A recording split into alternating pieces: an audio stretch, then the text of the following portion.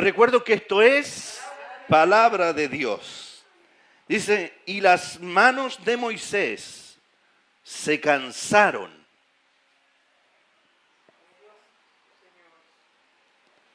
Por lo que tomaron una piedra y la pusieron debajo de él, y se sentó sobre ella, y Aarón y Hur sostenían sus manos, el uno de un lado y el otro de otro. Así hubo en sus manos firmeza, hasta que se puso el sol. Tome asiento, por favor, hermano. El tema de hoy está ahí en pantalla, victoria. Siempre nosotros como cristianos hablamos de victoria, pero pienso que poco y nada entendemos lo que significa esta palabra. Porque para tener victoria no es lo que yo creo que es victoria. ¿Verdad? Que de pronto, se supone que de pronto hay cosas en esta vida secular que no son victorias espirituales. Hay logros, ¿verdad?, humanos que obviamente que por la ayuda del Señor se realizan. Pero hay cosas que son eventos, desafíos, metas que nosotros nos ponemos y que lo logramos. Pero hay victorias espirituales que no es tan fácil hablar de victorias espirituales. No todos podemos hablar de victorias espirituales, no todos. Todos podemos contar de lo que hemos adquirido aquí en esta tierra, claro, con la ayuda del Señor, claro, pero de pronto se nos hace difícil hablar de la victoria espiritual. Como por ejemplo, yo le puedo preguntar a usted, cuénteme, dígame, hábleme, exhórteme de una victoria espiritual que usted ha ganado. Una victoria real, genuina, que usted ha ganado. Son pocas las victorias que podemos decir quizás, ¿verdad? Pero tenemos que entender que el pueblo del Señor, y esto siempre lo he dicho y lo repito otra vez, lo remarco otra vez, que nosotros estamos operando, combatiendo, luchando, guerreando desde una victoria.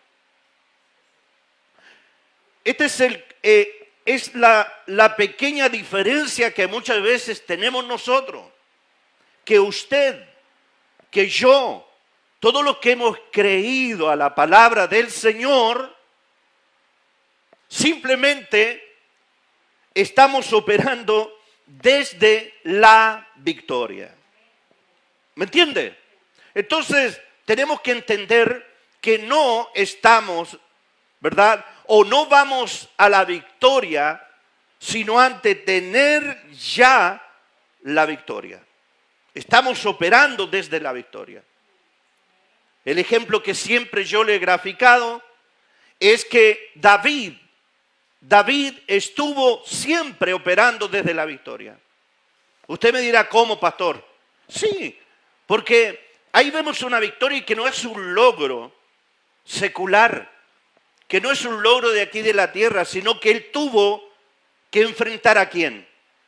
A un Goliat grande, gigante, un hombre con experiencia, un paladín, experto en las armas, armado hasta los dientes, pero se enfrentó David sin tener conocimiento de guerra, sin tener conocimiento de usar armas. Eso es una victoria espiritual.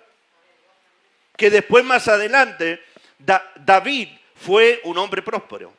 Ni más que hablar, ni más que hablar. ¿Me entiende cuál es la diferencia? Entonces, debemos entender claramente que usted y yo estamos operando desde una base de victoria. O sea, nosotros no vamos a operar, ¿verdad?, de no tener el conocimiento que estamos en victoria, porque el Señor es quien nos dio ya. Él nos dio ya la victoria. En el plano espiritual, el Señor ya nos hizo victoriosos. Ese es el punto, esa es la base en la cual nosotros tenemos que comenzar a operar desde la victoria. No somos fracasados, somos ganadores en el Señor. Por eso el apóstol Pablo muy bien lo dice y con fundamentos de victoria dice, todo lo puedo en Cristo, que me fortalece. Claro, ¿quién habla así? Una persona que tiene convicción, que tiene fe, que sabe que Dios, que el Señor le va a ayudar. Esas son las personas que creen a la palabra de Dios y que se sienten en victoria. Se levantan en victoria, se acuestan en victoria. Alabado sea el nombre del Señor. Desde el contexto que acabamos de leer de la palabra del Señor, usted debe entender claramente que siempre Israel tuvo principios que no podía dejar a un lado. Israel siempre tuvo enemigos. Y hasta el día de hoy sigue teniendo enemigos. Amigos también. Y la verdad que desde el principio cuando Israel, Dios comenzó a operar en ellos, empezó a bendecir al pueblo de Israel, nunca, jamás Dios prometió cosas vanas.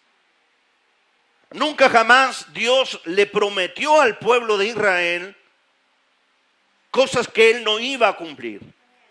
Por eso la Biblia traza y dice que Dios no es hombre para mentir, ¿verdad? Él no miente, Él todo lo que dice lo cumple.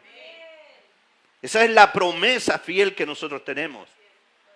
Gracias al Señor. Pero Israel, en el contexto histórico del cual estamos leyendo la palabra ahora, es simplemente que Israel tiene un enemigo que es acérrimo y que lo será por siempre en la historia de Israel, que son los amalecitas. Estos enemigos, es importante que usted lo sepa, que viene de la prole, de la descendencia de la tribu de Saúl. Allí se dividió y aparecieron los amalecitas.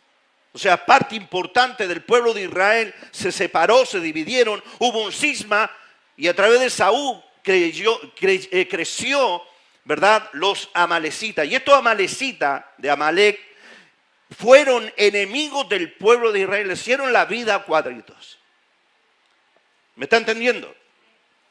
Ahora, no puedo dejar de mencionar que los amalecitas fueron, insisto, un problema siempre para el pueblo de Israel. Siempre. Eso nos quiere decir, hermanos, iglesia del Señor.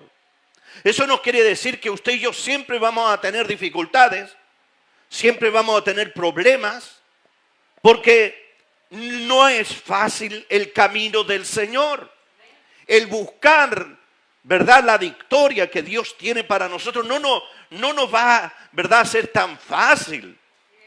Quien le diga a usted que esto es fácil, es difícil. Yo le pongo ya un antecedente de lo cual nos cuesta horrores y que es beneficio.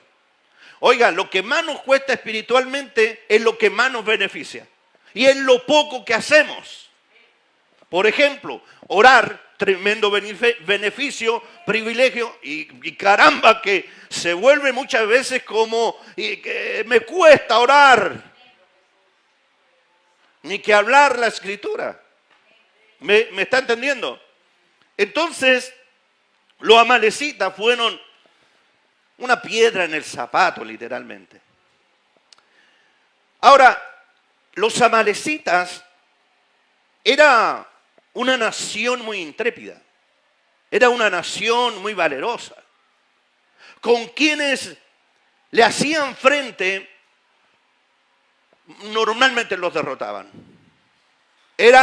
se multiplicaban como las hormigas.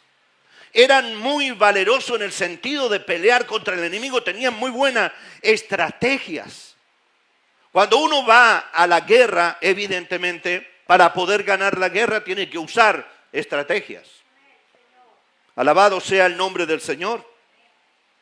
Y la astucia que ellos tenían, ¿verdad? A Israel siempre lo desequilibraba. Lo dejaba inestable a Israel. La sola presencia de Amalek los dejaba con problemas. Nótese algo muy importante, que los amalecitas aparecen desde cuando Israel sale de Egipto.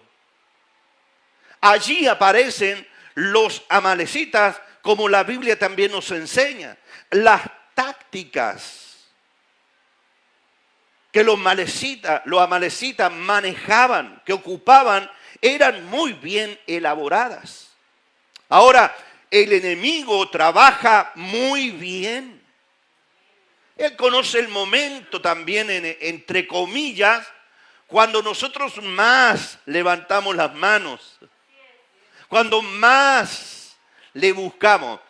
Entonces yo me imagino que el enemigo de nuestra alma dirá: oh, ven, lo vi hoy día que vino a la iglesia.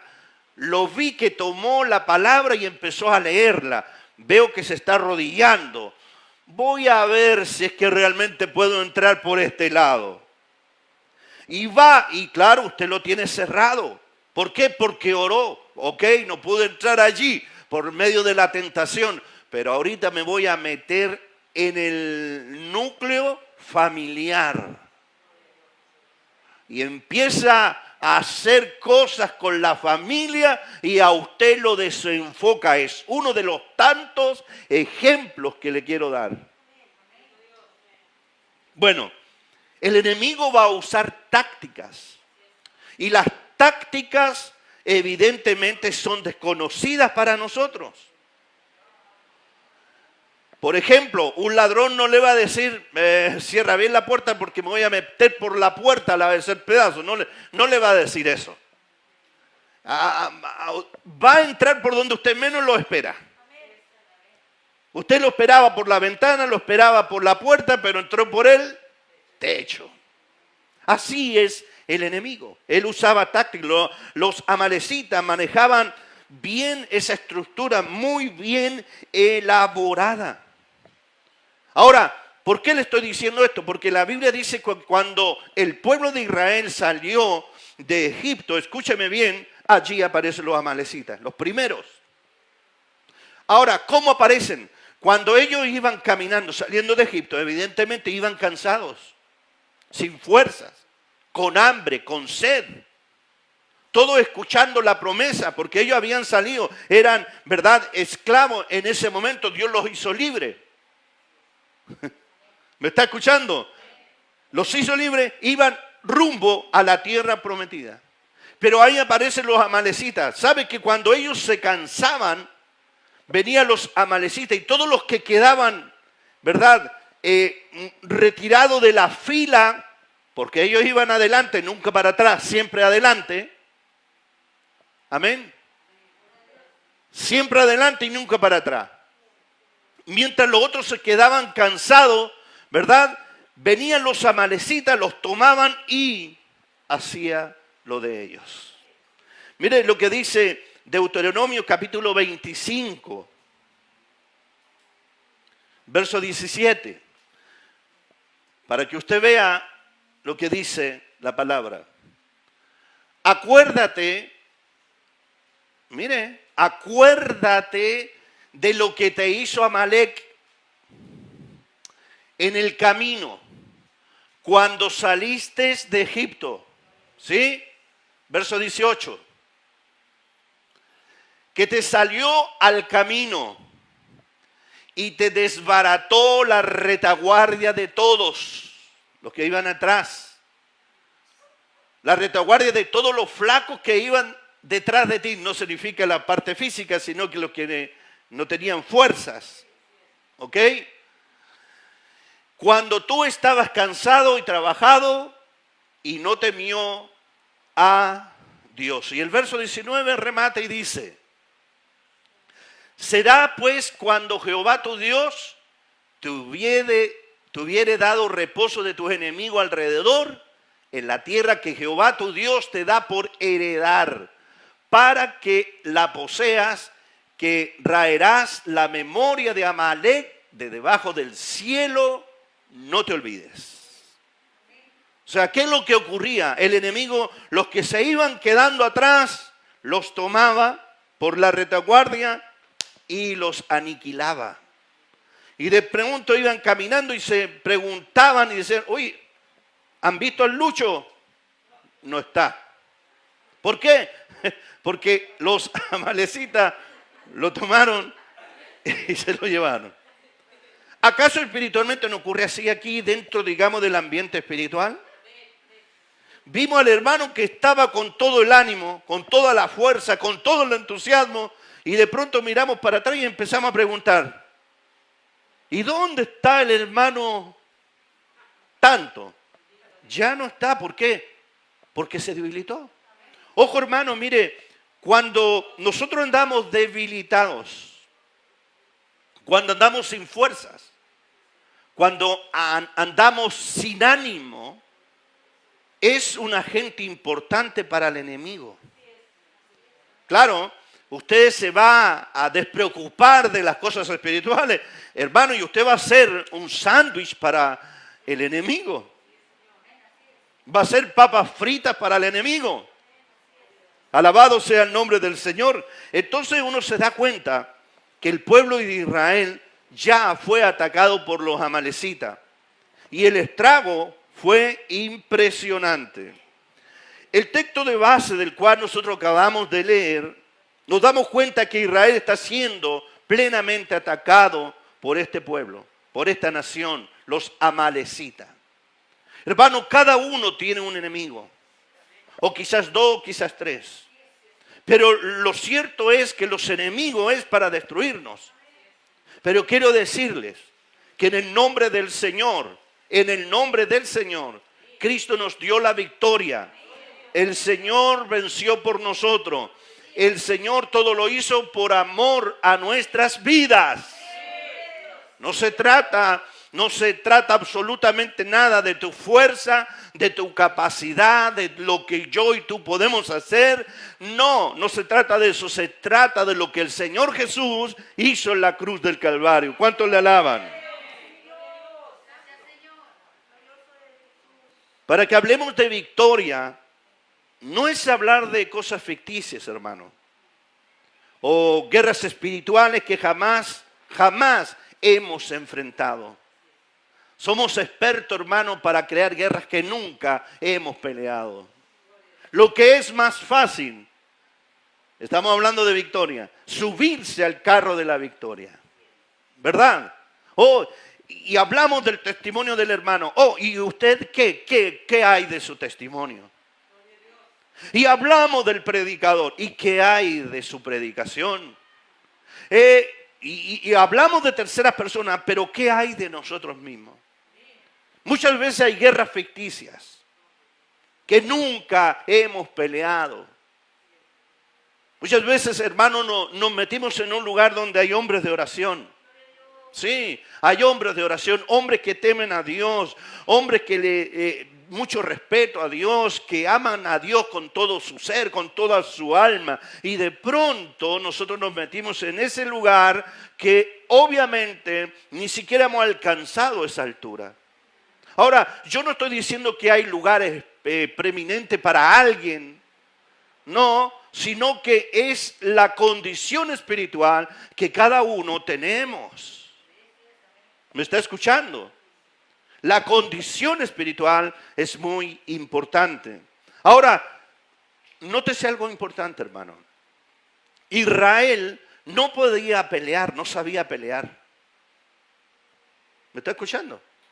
Israel no tenía la capacidad de poder pelear, porque recuerden que estaban en Egipto, eran esclavos, lo único que usaban era una pala, un asadón o algo por el estilo, pero espada, flecha, jabalina, escudo, etcétera, lo que sea. Ellos no tenían ese conocimiento, no eran hombres, ¿verdad?, de guerra, no tenían idea. Ahora, ¿qué es lo que los sustentaba? ¿Qué era lo que les daba el valor? ¿Qué era lo que en el fondo lo hizo reflexionar y salir de Egipto e ir a la tierra prometida? No fue fácil, porque hasta entonces 40 años tuvo que pasar Israel en el desierto, recuerden. ¿Por qué? Por la desobediencia, porque muchas veces no le creían a Dios. Dios era con ellos, Dios les dijo 1000 veces y 1000 más que Él iba a estar con ellos, que los iba a defender, que Él iba a pelear por ellos. Pero algo le pasaba a Israel que no entendía eso. Empezaba a reclamar, empezaba a quejarse, empezaba a murmurar, empezaba a regañar con Dios. Y eso es lamentable, hermano. Entonces, tenemos que considerar de que hablar de victorias espirituales, tenemos que considerar esto primero antes que todo, que existe un mundo espiritual. Usted dice, no, yo no veo nada. No, el hecho que usted no lo vea no significa que no está o que no existe. El mundo espiritual existe y es muy real, tanto como el terrenal que nosotros vemos. Muchas veces las cosas espiritualmente hablando no tenemos la capacidad de poder discernirlo porque es mucho más elevado ese nivel. A duras penas, hermano, pagamos las cuentas aquí. A duras penas, hermano, entendemos un poco de números, juntamos letras y sale una palabra. Pero un poquito más espiritualmente hablando, es complicado. ¿Me está entendiendo? Ahora, cuando uno va entendiendo y metiéndose en las cosas espirituales, no se vuelve espirituado, sino que espiritual. Empieza a discernir cosas que están en el espíritu. No sé si alguna vez a usted le ha pasado, ha ido a un lugar y siente algo raro en el ambiente, o ha ido a alguna casa y siente que ahí hubo una pelea, que está media rara la cosa. Eso se capta en el espíritu, hermano. Es el discernimiento. Uno dice, algo pasó aquí. ¿Sí o no? El ambiente está tenso y se siente, hermano, en el aire. Impresionante. Bueno, ahora usted debe entender que batallar no es batalla, sino viene la prueba. ¿Lo entendió? Batallar no es batalla si no viene la prueba. O sea, cuando vamos a entrar a hacer una guerra, a una batalla, va a venir la prueba. ¿Verdad? Cuando hablamos de operar desde la victoria, significa acción. Usted no puede decir, porque tenemos la costumbre de decir, no, yo estoy orando. ¿Cómo está, hermano? Bien. Hermano, ni ha orado. El hermano ni ha buscado la presencia de Dios. El hermano no ha leído ni la palabra. Y está bien. Es como le dije la otra vez. Cuando el médico me dijo, bueno, ¿y cómo está usted? Bien. ¿Para qué viene? Bueno, esa acción, operar desde la victoria, es acción. Usted tiene que, para ser bendecido, para provocar la bendición de Dios, tiene que moverse. ¿Me está entendiendo?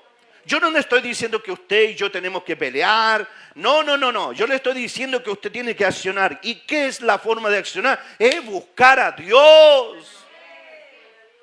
Es leer la palabra, es someterse a ella, entender los tiempos que estamos viviendo. La gente está buscando respuesta hoy día en la iglesia, en los hermanos. ¿Qué está pasando? Le van a preguntar.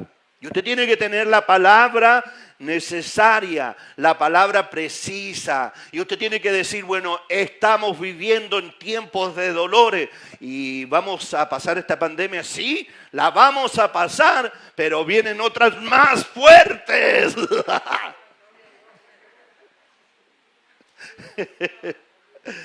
Es la verdad, hermano.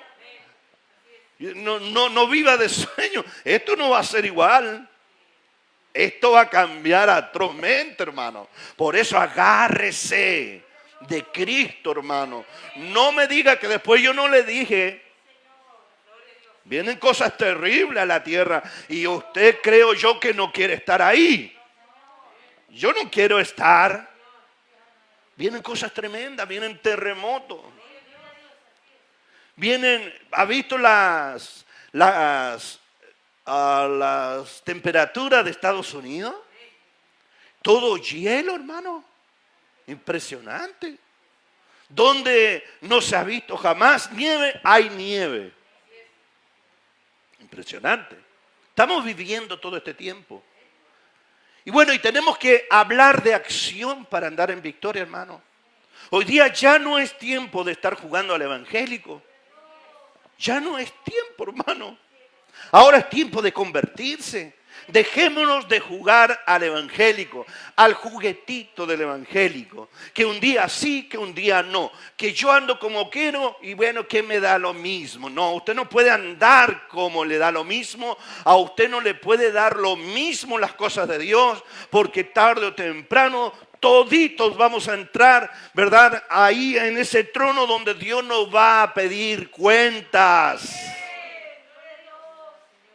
Esto no es fácil, hermano. Si usted no vino a la tierra por accidente. ¿Cuántos alaban a Dios? Acción. Acción. Pueblo de Dios, acción. Y no es amotinarse en la trinchera y sin hacer nada. Hay quienes se atrinchan muy bien en el lugar del confort y no quieren hacer nada. Mi alma adora a Dios. La Biblia nos dice que Moisés, nótese bien esto, que Moisés le dice a Josué, escógenos varones y sal a pelear. Por eso le hablo de acción. Moisés tuvo que accionar. Se ha dado cuenta que cuando hay un problema, cuando usted y yo tenemos problemas, de verdad, ¿qué es lo que decimos? O estamos enfermos. O no ocurrió una desgracia. ¿Qué es lo que hacemos de verdad? Ore por mí. ¿Sí o no? Y no se entiende de que el pueblo del Señor, yo, usted, deberíamos tener como base la oración. Y la oración la tomamos como un caso. Porque tenemos problemas, vamos a orar. La oración, los problemas. En la oración se soluciona el problema, la enfermedad. Sí, es verdad. Pero la oración debe estar anticipada a lo que me puede pasar. No sé si me entendió eso. O sea, Señor, líbrame. No sé lo que hay en el camino, pero Señor, líbrame. Porque si usted no ora con esa dirección, en el camino le puede aparecer King Kong. Bueno, Dios tiene que moverse. En esa esfera Dios se mueve. Y no cuando llega el momento del problema de la enfermedad, oren por mí. Como que la oración fuese algo, hermano, que es un espectáculo, una manera cuando tenemos solamente problemas, orar. No, la oración es siempre. ¿Cuántos dicen amén? La oración es como por medio de la fe, de lo que no se ve, está. ¿Se acuerda cuando yo le decía, yo oro a Dios para que Dios ponga médicos antes, que Dios ocupe médico antes? ¿Se recuerdan? Años lo dije. Y gracias al Señor Dios lo ha hecho así. Pone gente, hermano, que nunca en mi vida la había visto, y uno cae en gracia, y le dice, no, bueno, hagámoslo por acá, y hay gente, hermano, que hace la tremenda cola, y uno como le hace la gracia de Dios, le dice, no, pase nomás, pase. Dios trabaja en esa área. En todo, hermano. Y yo creo que a usted le ha pasado. En algún momento, usted era de la última, va a comprar queso al supermercado, 301, y va en el 240. Y viene la señora, se aburrió, le dije, ya toma. Y le da el que viene. ¿Le ha pasado alguna vez o no? Alabado sea el nombre del Señor. Entonces, Moisés llamó a Josué. ¿Para qué? No, ándate a ver tele, cómprate un celular y viaja por Facebook, Instagram. No le dijo eso. Escogió a Josué y le dijo, escoge a varones y sal a pelear. ¿Estamos todos, hermanos, preparados para la guerra? No. Hay que escoger. En el momento de escoger es el problema. Porque cuando uno quiere escoger, no están, no hay. Uno dice, bueno, vamos a ir en victoria. Voy a llamar al hermano. Alabado sea el nombre del Señor. Ahora, cuando se escoge, es claro, la palabra escoger no es para cualquiera. No es para cualquiera. O sea, para ir a la guerra no es cualquiera. ¿Verdad? Imagínense, hermano, llevar pistolas de agua. No sirve. Pero no es para cualquiera la guerra. Hay que escogerlo. Por eso tampoco nadie, hermano, puede ir ungiendo, hermano, poniendo las manos a la ligera. No se puede. No podemos estar a medio mundo echando fuera demonios. Y no tiene demonio. Tiene ansiedad. ¿Me entiende, no? Es una crisis de pánico. No está endemoniado el hombre. ¿Me está entendiendo? Entonces tenemos que tener la capacidad para poder entender eso, espiritualmente hablando. Él dijo muy claro, escógenos varones y sale a pelear. O sea, hay una selección y hay que ir a pelear. Gloria a Dios. Esto lo encuentro realmente algo muy interesante, hermano, porque debemos entender que no todos estamos aptos para la guerra espiritual. No confundamos, no es nuestra experiencia. Usted puede llevar muchos años, pero a lo mejor no está capacitado todavía. Amén. Porque no se trata de la capacidad o experiencia ministerial que uno pueda tener, sino que es cuando el Señor lo preparó. Porque muchas veces a mí me han preguntado, bueno, ¿y usted se pone nervioso cuando tiene que hablar de la palabra? Pues claro que me pongo nervioso también. Sobre todo cuando uno tiene que llevar un protocolo en otro lugar, uno se pone nervioso. Yo por lo menos soy re nervioso. De nada. Bueno, y lo que nosotros necesitamos, gente que esté apta para poder ir a la guerra. La pregunta es, ¿usted estará apto para ir a la guerra? Veámoslo simplemente. Lo que pasamos, ¿verdad? Como mundo entero. ¿Dónde? ¿Qué hiciste? ¿Qué hicimos en el lugar de la pandemia? Buscó al Señor, creció. No, a mí me crecieron más los bigotes, la barba. ¿Qué es lo que hizo? ¿Maduramos más? ¿Se dio cuenta que en el fondo usted depende del Señor? ¿De verdad se dio cuenta? Ya no está el hermano, no está el pastor, no está la pastora, simpático, pero estaba el Señor. ¿Ve? ¿Se da cuenta? Entonces nos alejamos, hermano, todos, unos para allá, otros para acá, otros para acá y otros para allá. Pero el Señor era en el fondo quien teníamos que depender de Él. Y la reacción, hermano, al volver, tendríamos que haber volvido todos. ¿Me entiende? Porque teníamos necesidad del Señor y cuando abrir la iglesia. Se abrió. Dios nos dio la oportunidad otra vez y sigamos adelante. A lo mejor vienen cosas peores. Otra vez. Necesitamos gente idónea para entender lo que estaba ocurriendo. Lo otro que veo es Moisés, cuando llamó a Josué y tuvo que escoger a la gente para ir a pelear con los amalecitas.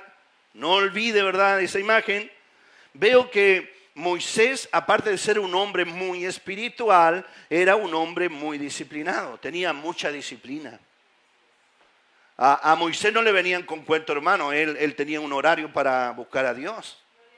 Y estamos hablando no de 5 minutos, porque hay quienes oran 3 minutos y ya están dormidos. Él tenía una disciplina. Aparte de eso, tenía una muy buena coordinación. Y aparte de eso, tenía una muy buena planificación. Capaz de enfrentar en equipo la situación. No sé si me entendió. Hay cosas, hermano, que se trabajan en equipo. Aquí, hermano, no es que yo me las pueda todas. No, en equipo. Quien entiende esto, que somos un equipo y no un grupo, va a poder ser mucho más bendecido. Cuando uno delega, es interesante esto. Porque mire, si hay coordinación, hay visión, hay planificación y todo eso, hermano, véalo, aplíquelo en la casa suya. Que muchas veces queda más cansados que todo. No, ya estamos de verdad. La mujer, la ama de casa, ¿verdad? Tiene que ir para allá, tiene que acá, lavar las losas, aquí, acá, queda cansada, ¿verdad? Pero ¿qué pasa cuando alguien le dice, ¿le ayudo? ¿Sí o no? ¿Qué me va a ayudar? No, es compartamos. No es ayuda, es compartamos. ¿Cierto? Y ayuda, por hermano, ¿no? Ahora imagínese dentro de la obra del Señor. En vez de decir, ¿te ayudo? No, compartamos. Compartamos, ya sí, por supuesto, claro. ¿Me entiende? Entonces, Moisés empezó a hacer ¿qué?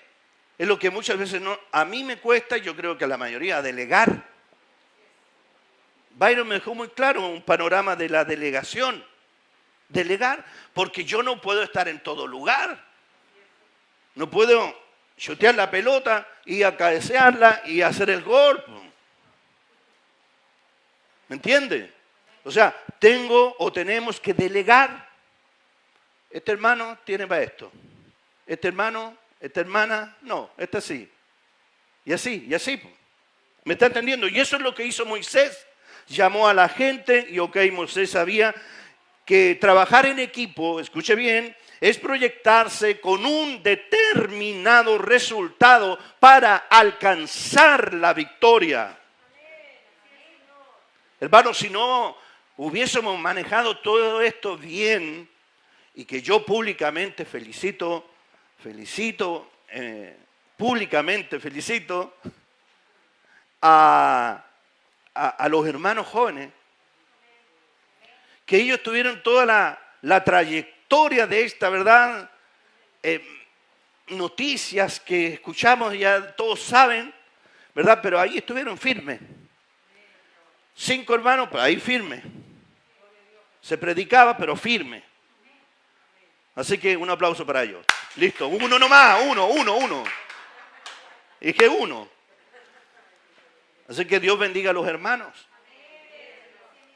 Digo siempre esto también. El buen líder no es aquel que trabaja por 10. El buen líder es aquel que hace trabajar a los 10. Alabado sea el nombre del Señor. Entonces, Moisés tuvo que hacer lo siguiente. Tuvo que enfrentar al pueblo de los amalecitas. Tuvo que subir a la cumbre. Ojo, subir a la cumbre. Y la Biblia dice que él llevaba la vara. ¿Verdad? Subir. Tenemos para para tener victorias, puede ser un agente importante para poder ganarlo. El subir al monte es, ¿verdad?, subir a la presencia de Dios por medio de la oración. Tener claro de por qué lo estoy haciendo. O voy a probar, voy a intentarlo a ver si que resulta. No, aquí Dios no es así.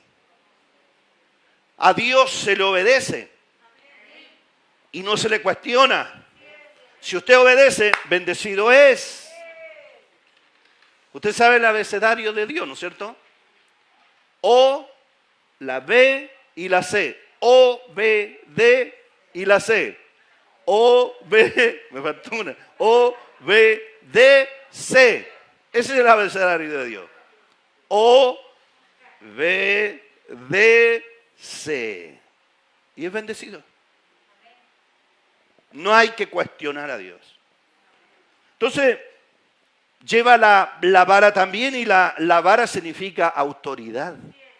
Quien sube a la cumbre como Moisés, lleva también la autoridad con Dios. O sea, Dios lo va a respaldar porque Dios lo está enviando. Ahora, escúcheme bien y ya con esto vamos a terminar. La Biblia nos enseña que Moisés, mientras él levantaba sus manos, ¿verdad?, mantenía sus manos arriba, Israel, ¿qué es lo que pasaba? Ganaba la guerra. Pero ya cuando él empezaba a cansarse, perdía la guerra. ¿Me entiende? Ahora, ¿qué nos quiere decir esto? De verdad, ¿qué quiere decir esto? O sea, qué importante es la gente que está por delante, el líder. Qué importante es una mujer en la casa. No lo hagamos tan espiritual. Qué importante es una mujer en la casa. Qué importante es el rol del padre en la casa. Qué importante es el rol de los hijos en la casa. Porque hablamos siempre de la iglesia. Pero de la casa, importante, por hermano. Importantísimo. Entonces, ¿qué pasa a los hijos cuando ven al papá medio así, chanflete, como que no tiene fuerza? ¿Qué hace usted? ¿Usted se pone contento, reír? No, ¿no es cierto? Pero el tema es que cuando uno levanta sus manos, y es lo que nos cuesta admitir, que nos cansamos. ¿Verdad que sí?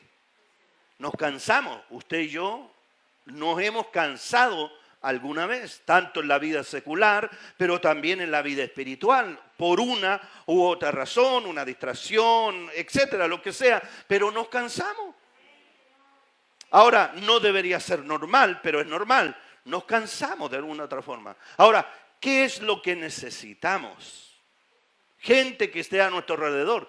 Moisés, ¿verdad?, levantaba sus manos, pero bueno, Moisés era de carne y hueso, se cansaba y empezaba a debilitarse, y la Biblia nos dice de que Ur y Aarón fueron una pieza importante, porque cuando ellos lo veían decían, oye, algo pasa cuando baja la mano Moisés. Y Ur y Aarón miraban y decían, sí, ¿sabes qué?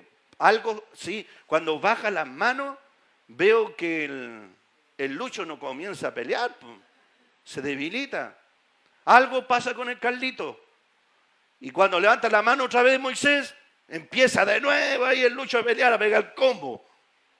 Y ¿sabéis lo que vamos a hacer? Ur y Aarón dijeron, vamos a llevar una piedra, no se la iban a tirar, era una piedra para que él descansara. Y Ur y Aarón le tomaron los brazos y se lo levantaron. Qué bonito, ¿verdad? Qué importante es que cuando usted vea a alguien que está cansado, espiritualmente hablando, vaya y le levante las manos. Y dígale, hermano, bendiciones. Hermano, sigamos adelante. Hermano, vamos, que se puede. Tú eres importante. Hermano, vamos firmes y adelante en el Señor. Eso es importante en un hombre. en una mujer. No siempre espere que se lo digan a usted. Usted también hágalo. Dígale, hermano, Dios te bendiga. Dios te guarde. Dios te siga ayudando. Dios te siga animando. Porque vamos a tener victoria. Vamos a tener ganancia en eso. Cuando alguien es alimentado, ¿verdad? Por otro, animado por otro. ¿Qué dice la Biblia? Animados los unos, ¿me entiende? O animados, sobrellevar la carga del uno con el otro. ¿Ha visto las hormigas, hermano? Llenan una cosita así y van todas en fila. Y el otro día me dediqué a ver la hormiga y me di cuenta de que ellas nunca chocan. ¿Se ha dado cuenta? Hacen una cuestión así, pero no chocan. Y con la carga así en la cabeza se la llenan. Y derechito. Y ninguna se pasa a la otra. Derechito, llevan la coordinación exacta, hermano. Nosotros debemos ser igual. Yo no puedo ser, vas a llevar carga tú, hermano. Cada uno tenemos carga, tenemos problemas, de todo un poco, hermano. Me falta plata, me falta esto, aquí, todo, en todo área. Pero no podemos ser obstáculo para aquel que lleva la carga. Al contrario, ábrele el camino. No sé si me escuchó. Ábrale el camino. Sí, lleva carga, pero déjalo que pase. Que lleve su carga, pero en un momento va a tener que soltarla. De hecho, las hormigas van al lugar para recepcionar los alimentos. Usted va a llegar en el momento que va a tener que sacar la carga. Y esa carga se la va a llevar el Señor. Porque como dice la palabra, venid a mí todos los cansados y trabajados, que yo los haré descansar. ¿Me entiende? Sea el nombre del Señor bendito. Entonces, Hur y Aarón levantaron las manos de Moisés y el pueblo ganaba. Cuando bajaba, pero obviamente Dios le dio la victoria. Dios le dio la victoria porque ellos estaban ya operando desde y para la victoria. En el nombre del Señor Jesucristo. ¿Cuánto alaban al Señor? Ahora, y con esto ya terminamos. Para mí, Aarón y Hur fueron hombres que empezaron a interceder también. Oración intercesora. Es importante intervenir en las oraciones, el orar el uno por el otro. Orar el uno por el otro. ¿Cuántos de ustedes, hermanos, tienen un periodo, un hábito de oración? Un lugar de oración. Wow. Yo le aseguro que si usted se hace un hábito de oración de 5 minutos, 10, lo que pueda, pero un hábito todos los días, usted va a ser el primer testimonio que va a llegar y va a decir, es verdad. Algo pasa cuando tomamos como hábito la oración. ¿Me está entendiendo? Si hay alguien que le gustaba orar, era Daniel. Si hay alguien que le gustaba estar en la presencia de Dios, era David. Si hay alguien que le gusta estar en la presencia de Dios, tendría que ser la iglesia. Tendría que ser la esposa amada, que es la iglesia. Y la iglesia es usted y soy yo. Esto es palabra de Dios. Por favor.